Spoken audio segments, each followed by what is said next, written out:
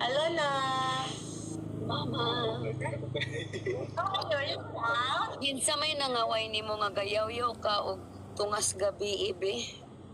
Ada daghang mga kwan. Shout out.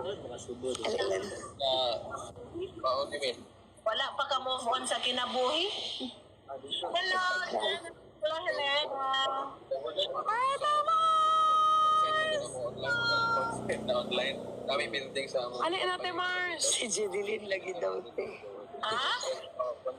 Katulog na Jeneline. Oy, si pagpangaway. May pag matulog na ka. Si Jeneline. Si Jeneline. Di, oy, si Mama. Yes. Ni Jeneline. Jeneline. Kasi unti ka, Jeneline. Naka-record niya. Ako lang po, Jeneline. Kasi unti ka ron. Yes naman, wala ka dyan, Elin. Matay kayo niyan. Jeneline, matulog ka na. Padungog ang recording mic. Ay, nako.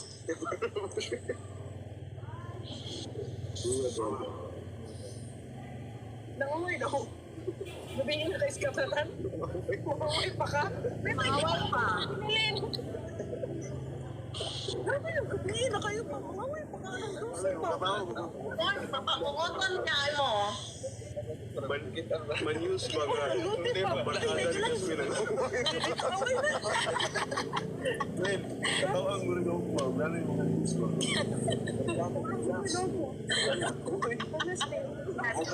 Ate pa sa mga friends niya. Oo.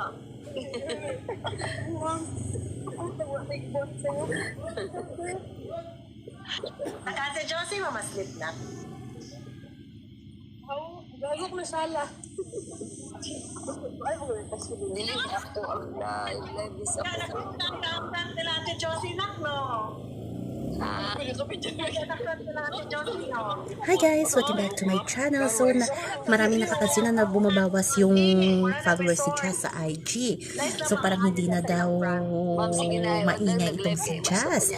Pero yung GF Yang ay lalong pumataas ang kanilang mga followers sa kanilang social media account, lalo na sa IG. Kaya daw bumaba yung followers si Jazz kasi pinapatulan niya yung bashers. Pumapatol na daw si Ate Jazz sa bashers. Kaya nagpalamig muna ito sa kanyang hometown sa Dumaguete. Pero homecoming yun ni Ate Jazz kasi almost a year daw kasi na hindi nakauwi itong si Jazz sa Dumaguete. Masaya yung bakasyon ni Jazz, nakipagkita sa kanyang mga friends at bumisita sa kanyang school at marami pang nagpapa-photos doon kay Jazz. So yan ang po guys ang ating update. So ngayon hanggang sa muli.